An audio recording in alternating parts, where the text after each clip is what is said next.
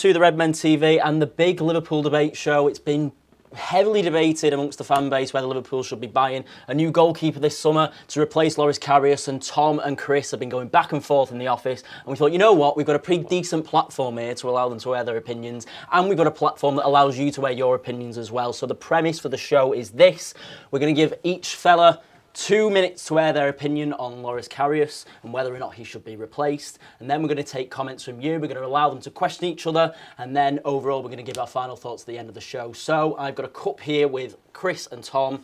I'm going to do a Champions League draw-esque. Nice. Applause. Oh, it's rigged, whatever it is. And first up is Tom. It's rigged. I bet you there's two Tom, Toms in that cup. Chris is in there. Yeah. I think you should check. Started off on a bad foot Just there. for Blaming the him purpose of already balance. on the concussion. Blaming luck, yeah. Chris. See, it says Tom, look. You can't see from that far away, it's fine. Right, okay. But Tom's who we're going for. So I'm arguing Tom. the point. I've got to start the timer, mate. Well, no, but I'm just You're saying. always getting off early, lads. I'm for Loris Karius, is what I'm saying. Are you ready? Yeah. 3, 2, 1, go. So look, Loris Karius made 2 massive mistakes in the Champions League final and probably lost the game for us. But I don't believe you can write him off for that solely. Look, he had a great season last season, pretty much. People keep saying he's made loads of mistakes this season, but every single one of them that he's made hasn't really cost us any games. I mean, we might have lost points here and there, but we've not lost, you know what I mean? So there was the Palace one where he gave away a penalty. He made a great save and we ended up winning that 2-1. There was the Kolarov shot. A lot of people saying, oh yeah, he didn't do good enough. He did, he saved the shot. There's a few more examples as well, but most of them don't result in that. But no one's talking about his good parts of his games, the saves that have really got us points. There have been a few. Severe free. He makes 2 outstanding saves, and I mean world-class saves. He tips one onto the bar, tips one onto the crossbar somehow. And if he doesn't do that, we potentially don't win the group and we don't get to the Champions League final for him to then make the mistake. There was the Arnautovic chip that he flicks onto the crossbar. Unbelievable save, and we won that. And it was 0-0 when that save happened, and you can say, oh, we would have won it anyway. But no, there's been so many times when we need the first goal. You need that first goal, and he stopped that from going in for them. I just feel like he's vital to how we play in terms of the speed of passing out the back and the way he commands his area, especially when Virgil van Dijk came in. And I've had a look at some of the best goalkeepers in the world to compare them to Karius. And look, Oblak is by far the best goalkeeper that's available. He only concedes 0.55 goals per 90 minutes and makes 4.48 saves per goal. But he can't distribute the ball as well as Karius. And then if you want the distribution, you've got Alisson, who's probably the best goalkeeper at that. 82% distribution accuracy, but he concedes nearly a goal per game, 0.98. But the surprising part in all these stats is Navas for me, Keylor Navas. He won the Champions League, and he gets 0.24 clean sheets per 90 minutes. Up, Tom. But he's winning 70% of his games. So that shows you don't need a world-class goalkeeper to do world-class things. Yeah, okay. Chris, ready? Yeah, I'm good to go, mate. 3, 2, 1, and go. Listen, don't get me wrong, at the end of last season, I was really impressed with Loris Karius' form. I remember sitting here not so long ago and talking about, like, we don't need a new goalkeeper.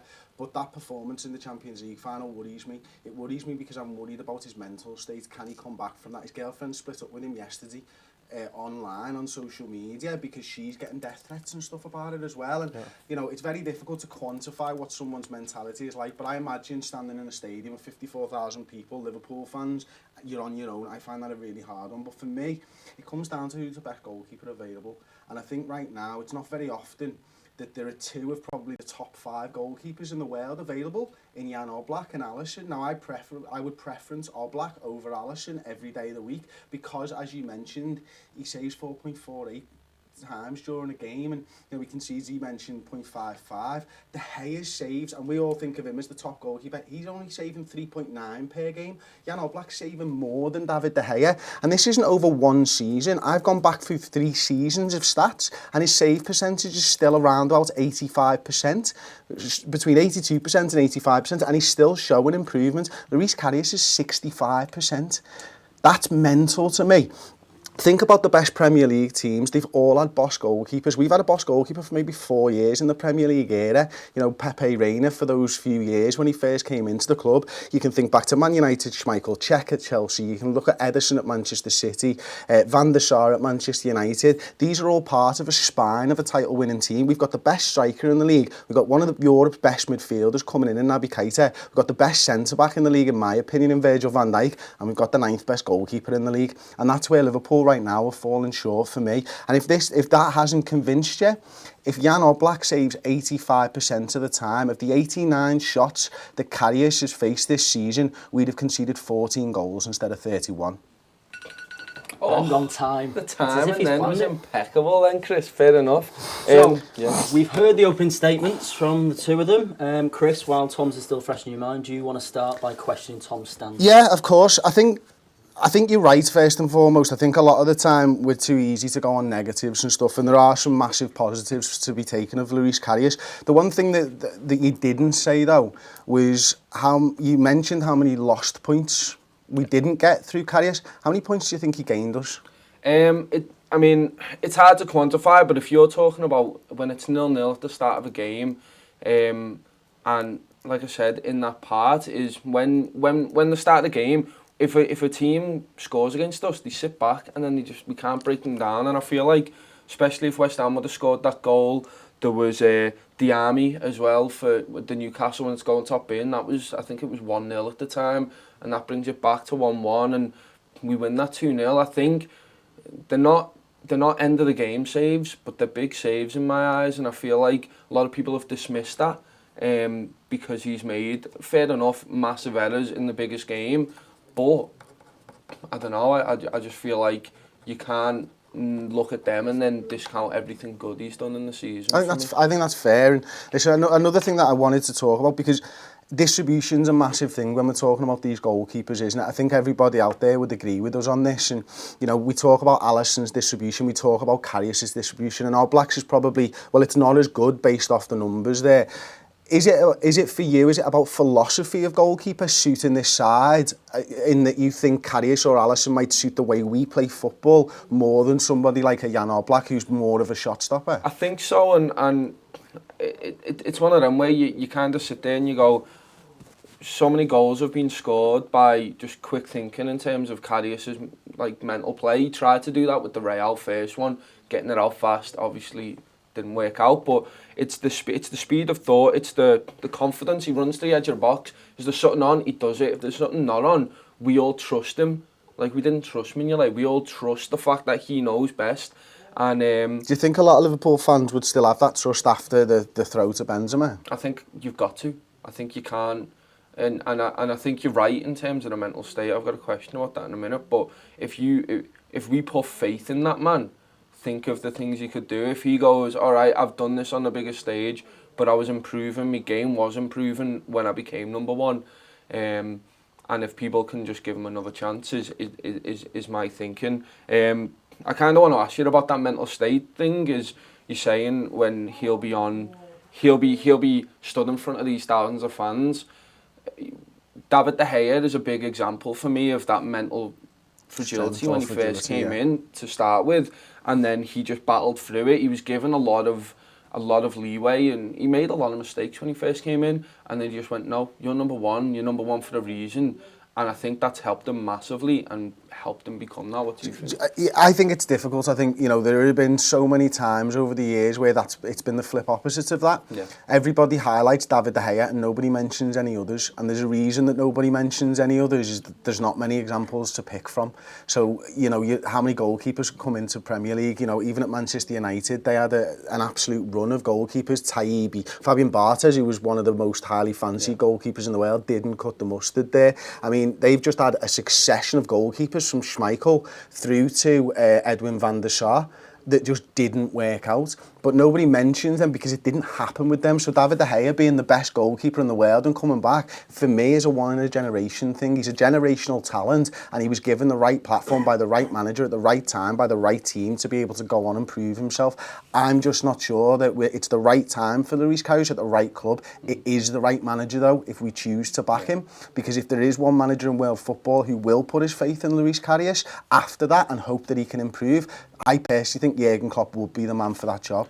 Cool. And then if you look at Oblak, I mean, the stats talk for themselves. He is unbelievable. That 4.48 saves a game, saves per goal, sorry, is just wow. It's out of this world. It's absolutely out of this world. The one downside to him is his distribution. Do you think that's something that could be taught? I think so. I think he's of an age, isn't he? They're very, very similar in age. I think, you know, Oblak's 25 years old, Karius is 24 years old. And I think when we think of like the older goalkeepers, the 30 to 32, 33, 34-year-olds, they were brought up in a time where goalkeepers weren't trained with their feet. I feel now like every goalkeeper and every club trains a goalkeeper to use their feet more, depending on obviously what type of team you are. But the likes of Manchester City, Ederson coming in there, they wanted a goalkeeper that suited their style of play. They brought Claudio Bravo in. Didn't work out because he wasn't a good enough goalkeeper. It wasn't that his passing wasn't any good. I'm sure if we compared Bravo's kicking stats to Oblak's, he'd be better, but ultimately he wasn't a good enough goalie, and he made bad decisions at the wrong time during football games. So for me, I don't think Oblak plays in a team where they ask him to play it out from the back, first and foremost. Just because that happens, it doesn't mean to say that he can't do it. Yeah. He's of an age where he will have been trained his entire career to pass it out from the back. Atletico Madrid as well, the amazing thing is, Atletico Madrid have thought of this unbelievably strong defence. It's not as good as it was 2-3 years ago. Godin's getting old, Juan Fran's getting old, these lads are all getting old. They're conceding more shots per game than Liverpool. Yeah. You know what I mean? And people think of it, oh, well, Jan Oblak's just a shot stopper because he plays behind this boss defence, and that's why he gets all these clean sheets. I mean, he's had how many clean sheets this season? 29 and 50. Yet they're conceding more shots per game than Liverpool are. Yeah. And that for me means we could have a better clean sheet percentage. If we have a better clean sheet percentage, I think we have a better win percentage, which is why I preference a shot stopper over somebody else. Do you not think that as a back line as a whole, the back five, so when you talk about shots on goal, do you reckon a lot of that's down to just the defence, or? Because when I look at when we snuff out danger, it's something Karius is really good at. Virgil van Dijk helps him, no doubt, with that. But they came in as a package, you know, when he came in as number one, Van Dijk came in. And the way that they snuff it out, quick off the line, very forward-thinking, Van Dijk trusts him to be there. And that's why I think he's so good for this Liverpool side, because he does that kind of thing and he commands his area now. And I just want to know, do you reckon it is like... Do you reckon it's not nothing to do with the goalkeeper that shots thing? Because I think it is. I think sometimes it is, but it depends how you play, isn't it? I mean, you know, first and foremost, Atletico Madrid play a deep low block system, so there's no space for a goalkeeper to come out and rush the ball like Loris Karius does at Liverpool. So again, I'm not saying he has it, but I'm not saying he doesn't have it either, because he doesn't play behind the defence that showcases that ability of his. He does have more exits per 90 if you're into football stats and stuff. He has 1.33 exits per 90, which means he leaves his line 1.3 times during a game. Compare that to Loris Karius, it's 1.23. So he does actually leave his line more than Loris Karius as well. Yeah. But again, without playing behind a similar defence, you're not going to get a real a rounded view of how that goalkeeper can perform. I think, you know, for me, certainly, when we moved from Mignolet to Loris Karius, the defence played better because they were able to take 10 yards further up the pitch and know that Loris Karius was going to be in there. I think Jan Oblak will be able to do that. If he can do that at the same level as Loris Karius, but then you've got all the other stuff about his shot stopping, I just think we've got a much better goalkeeper, and therefore we'd have a much better side. I don't know if there's any comments or anything from elsewhere. So there's quite a few comments. Obviously, a lot more people agree with Chris. Oh, too, I'm sure. But there's a lot of comments talking about John Atcherberg, obviously goalkeeping coach. A few comments have picked up on the fact that they've even said that Reyna's form dipped when he arrived. So what do you think around that? Do you think that perhaps the question is we've got to be looking to replace higher up than the goalkeepers? I personally don't, and I know a lot of Liverpool fans, and certainly everybody watching will probably disagree with me on that one. But Jurgen Klopp's shown a lot of faith in John Atcherberg, and I think there's a reason for it. I think, for example, if you think of the the second Gareth Bale goal in the Champions League final, concussion or not, that's an error that Loris Karius has made previously against Roma. You know, that for me isn't down to coaching. That is down to the decision of the goalkeeper at that time. Oh, yeah. And I think people wrongly think that Pepe Reina took a downturn in form when John Achterberg came in. It was a year before. It was under a guy called, I can't remember, I think it was Mike something or other. That's when Pepe Reina's really took a steep downturn. And actually, if you look at it, he had a little bit of an uptick in form when John Achterberg came in, but it was October Reina or whatever that guy's name was, who was outstanding for Reina, but they'd worked together for years and years. They built up this kind of a relationship, and I think it's important that coaches and players like that, especially in specialist positions, you have to be able to get on with those, because it's just a group of maybe 3 goalkeepers and one coach. It's massively important, that dynamic, and I imagine you'd hear rumblings about Achterberg from the goalkeepers themselves, and maybe from the club, and maybe from Klopp, if there was a problem there. So for me, I don't think it's too much of an issue, but maybe you've got a different view. No, that's a big thing for me is Klopp would get rid. Look, if you're not good enough he's brought in nutritionists to help the players with the food, diet stuff. He's bringing in world-class people behind the scenes, and I think if he's keeping hold of someone like that, there's a reason for it, like Chris says, and I think it can only benefit. Again, I think that's a whole thing feeding into his confidence thing, is keep the same people around him trying to G him up still. Okay. Can I just give you by goalkeeping coach, because I knew where the article was. It was written on the Tompkins Times. If you're not onto the Tompkins Times, right, it's an unbelievable Liverpool written website. So Pepe Reina's Premier League save percentage by goalkeeping coach. Jose Octarena was 85%. Then Xavi Valero came in and it dropped to about 78%. Then Mike Kelly came in and it dropped to about 62%. Nice. And then John Achterberg came in and it went up to 72%. So there was a 10% upturn in his form from where he was from Mike Kelly, which I think, again, Liverpool fans will tell you it's John Achterberg. There's the proof that it wasn't. And saying that, Mignolet improved. He did. Before he improved, he was a very good, solid goalkeeper. Still making a few mistakes, but he got us into the Champions League. Saves against Stoke, some of them. People don't even talk about them. The penalty save, first game of the season, you know. Yeah. 13-14, the 3-1-0 wins at the start. He was really integral at that, and then Karius has improved since he's first come in. I remember when he first came in, he was shaky, and towards the end of last season, in my eyes, he was solid. He was a top Premier League goalkeeper for me. Been some super chats apparently. Woo! Oh, Have to. Yeah, I did see one flash above me before, like. Dan Thomas, £2, says rather keep Karius and spend £80 million on a goalkeeper. That's a big thing. I was going to ask you that as well. I mean, you're spending a lot of money on a goalkeeper, and it will be worth it if we get Oblak. But if you're not going to get Oblak, then what's the point? I think that Keylor Navas thing is massive for me. He's getting 0.24 clean sheets per 90, and he's winning 70% of his games. It doesn't even matter that he's not very good, because he's got a team around him who are just that good at winning games. Are they the outlier though? That's the big question for me, because you're talking about Real Madrid. They've just won the Champions League 3 times on the bounce, 4 in the last 5 years, and you know the players or the managers want to get rid of Keylor Navas. It's been Cristiano Ronaldo, if you believe the rumours, that wants him in the squad, which is nuts in and of itself, isn't it? But I do believe that Real Madrid would be a better side with a different goalkeeper. And I do think they'd have more clean sheets if they had a different goalkeeper as well. Yeah, I think that's what it comes down to, isn't it? I mean, he might suit some of the players, he might be integral behind the scenes and stuff, but look, what was the question you just asked me on, the 80 million, going back to the comments. Personally, before the Champions League final, I'd have said spend the 80 million on a centre-back.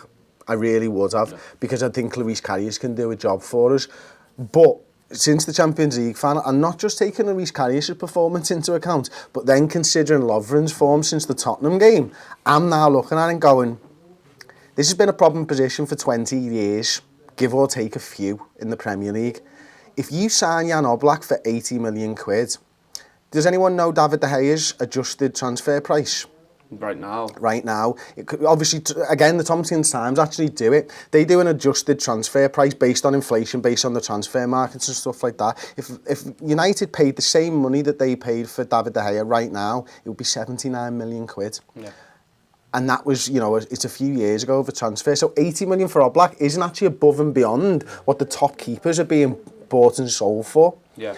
In adjusted transfer index and stuff. So that's really interesting in and of itself to me, because you think yourself, all right, well, he's 25 years old. If he plays to 40 and he plays at the level of Gigi Buffon for 15 years, you're actually talking about £5 million a season. Yeah. You know what I mean? No, and you've got that problem position solved, and you've just bought yourself a spine to a football team that you can build around. And with the acquisitions of Fabinho and Keita, let's say, I personally think roughly 15 points David De Gea saved Manchester United, or bought or got Manchester United extra last season above what they would have got without him. If you throw 15 points, we're 10 points behind Manchester City. We're now on 90 instead of 75 points in the Premier League last season, right? You throw in the addition of Naby Keita and you throw in Fabinho into that. How many points is that worth? How close is the gap? Whereas I don't think you gain an extra 15 points from keeping Karius, which means the gap's still 25 and you're relying on Keita and Fabinho to bridge that 25-point gap. All Man City dropping off, and which they probably will do. I mean, they played at an incredible level last season themselves, so there maybe is. I truly believe if we sign Jan Oblak, we can challenge for the title next season with the current additions. For me, I think we can do that anyway. I think we spend that money on an attacker, someone class, just to bridge that. And maybe Fekir is that, but I think we can go above with that. We can get a striker who can rotate with Bobby, do something like that. Because I feel like before the Champions League final, people were saying we're sorted. And there's a reason people were saying that.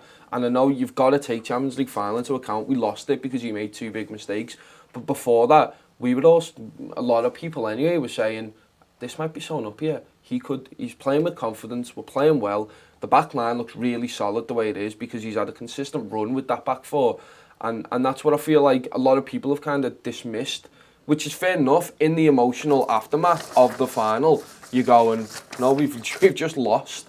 You know what I mean? We've lost this and it's because of him. But if you take into account some of these really, really good saves and the style of play that we can employ with him in the goal, I'm not saying other goalkeepers can't do that, but I feel like we've got that now. And I think he will only improve. Can I ask one more question, then maybe go back to some comments? What happened? You said he was playing with confidence. They were your words just then. You said he was playing with confidence at the end of the season.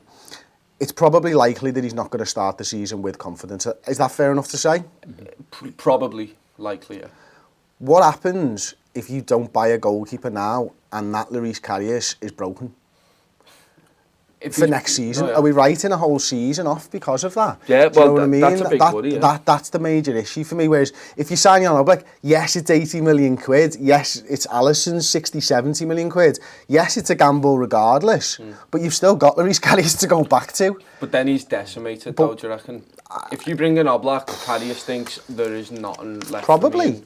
Probably. And that's not a bad thing.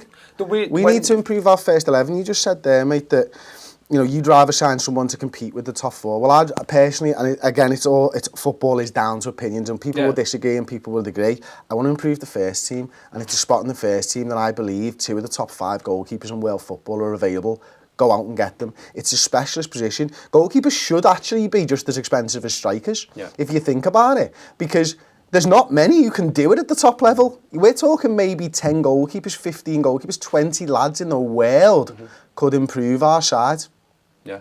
That's specialist, which means supply and demand. You're going to have to spend a lot of money to improve there. And it's mad that football hasn't really caught up on that. Yeah. In much the same way it has with strikers. You want a top striker, you pay top dollar for that striker because there's only a few lads who can guarantee you 30, 40, 50 goals a season.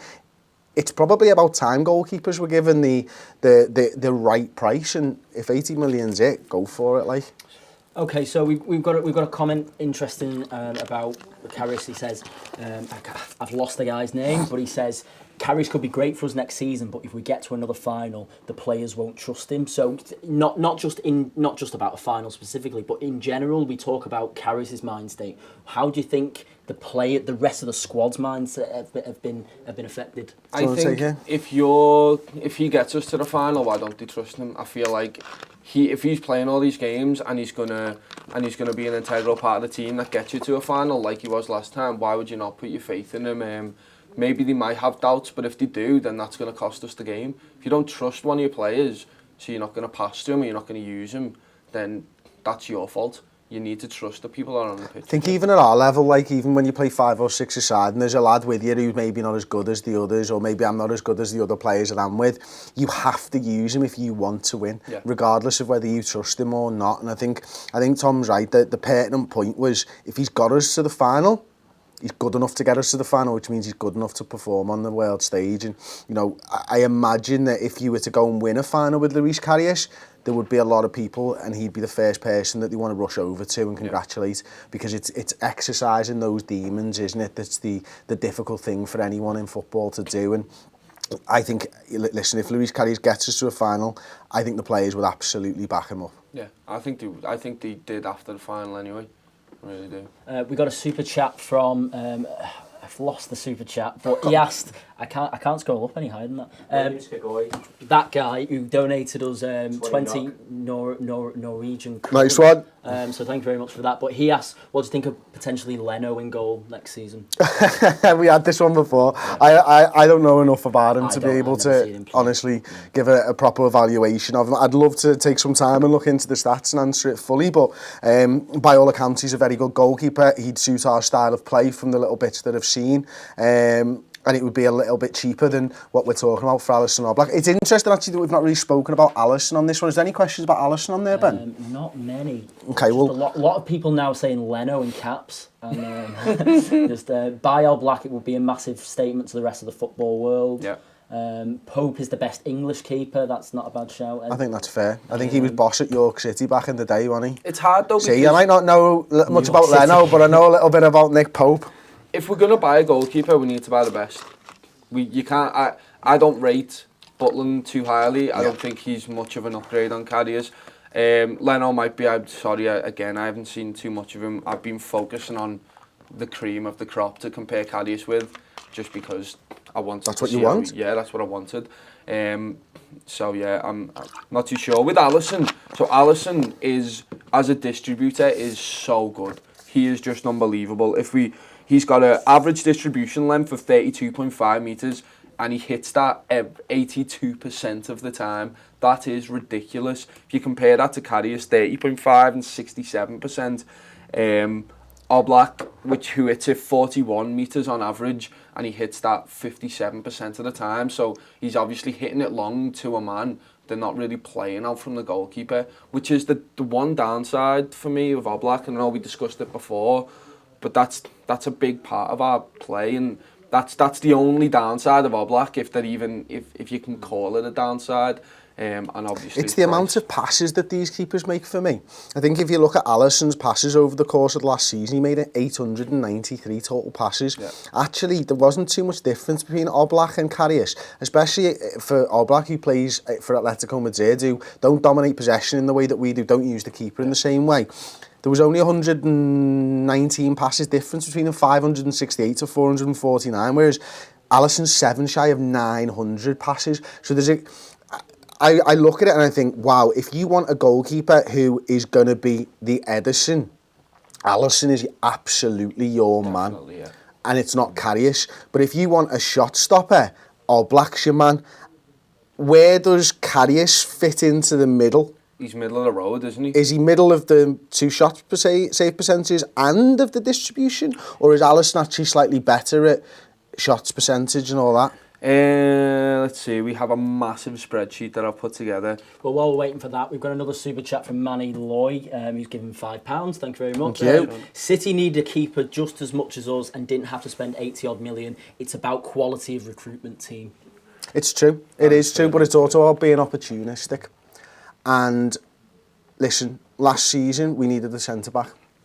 we could have picked someone up for 30 million quid, but would they have been the answer that Virgil van Dijk has been? So there's always pros and cons to every argument, isn't there? And I think certainly for this one, Van Dijk was the man that suited Liverpool more than any other player. Yeah. The man that Jurgen Klopp wanted, and he didn't mind going and spending 75. Quality of recruitment team. Andrew Robertson's a big part of that defence. 8 million. It's not about the money, it's about the right player. Yeah. And if you can get the right player in, it doesn't matter about the fucking money. I've got a question for everyone in the chat as well. I really want to know your opinions on this, because you talked before, Chris, about it's a lonely position there in the first game that he plays and he's going to be stuck by himself. You're in the cop for the first game. Are you getting on Loris Karius' back? No, I support him. If he's the goalkeeper and he's got that badge on his front, and that's what he's playing for, not the name on his back, I'm 110% behind him. So then do you think that will give him massive confidence? You're singing, you give him a clap as soon as he walks to the cop and he realises, say he starts as number one, because I genuinely believe we're better than to... Mignolet got I hated what happened to Mignolet when he has the ball at his feet and people were saying hit it long because he didn't want him to have the ball. Surely we can put a bit more trust into this man. I think so. I personally, I think we can. But I was never one to shout at a goalkeeper. I never shout at Liverpool players for doing anything wrong. True. It's always, me and you sit next to each other at the match so often, it's come on. Right idea, let's go again. That's the type of supporter that I am. But that's not to say that every supporter's like me or like us. You know, how many times have we been sat together and people are whinging and moaning behind us? So for every person like me who's going to support him, there's going to be a person who's not vocal. Yeah. But might support him or might not, and there's going to be a vocal person that doesn't support him. And unfortunately, like me in YouTube comments, I don't see the good. I see the bad, and they're the ones that affect me. And I imagine that it would be exactly the same for most human beings. Yeah, no, fair enough. Dylan Vicaria says, I would like us to go for Courtois, as he's very experienced in the Premier League, and with 1 year left on his contract, he could go for a decent price. What do you think, Tom? I think, Courtois is a good player. Again, it depends on his price. I don't know what's being quoted for him. He's a good player. He's tall, that's what you want in a goalkeeper. He's solid, he commands his area. He's one of them when you play against Chelsea, you're like, okay, they've got Courtois in goal. You very rarely see him make a mistake. And I mean, it all depends on the price for me. If you're paying 70 million, I don't see the value. But if you're paying 40, 50, sound. Get him in. Yeah, I mean, listen, Courtois is an incredible goalkeeper.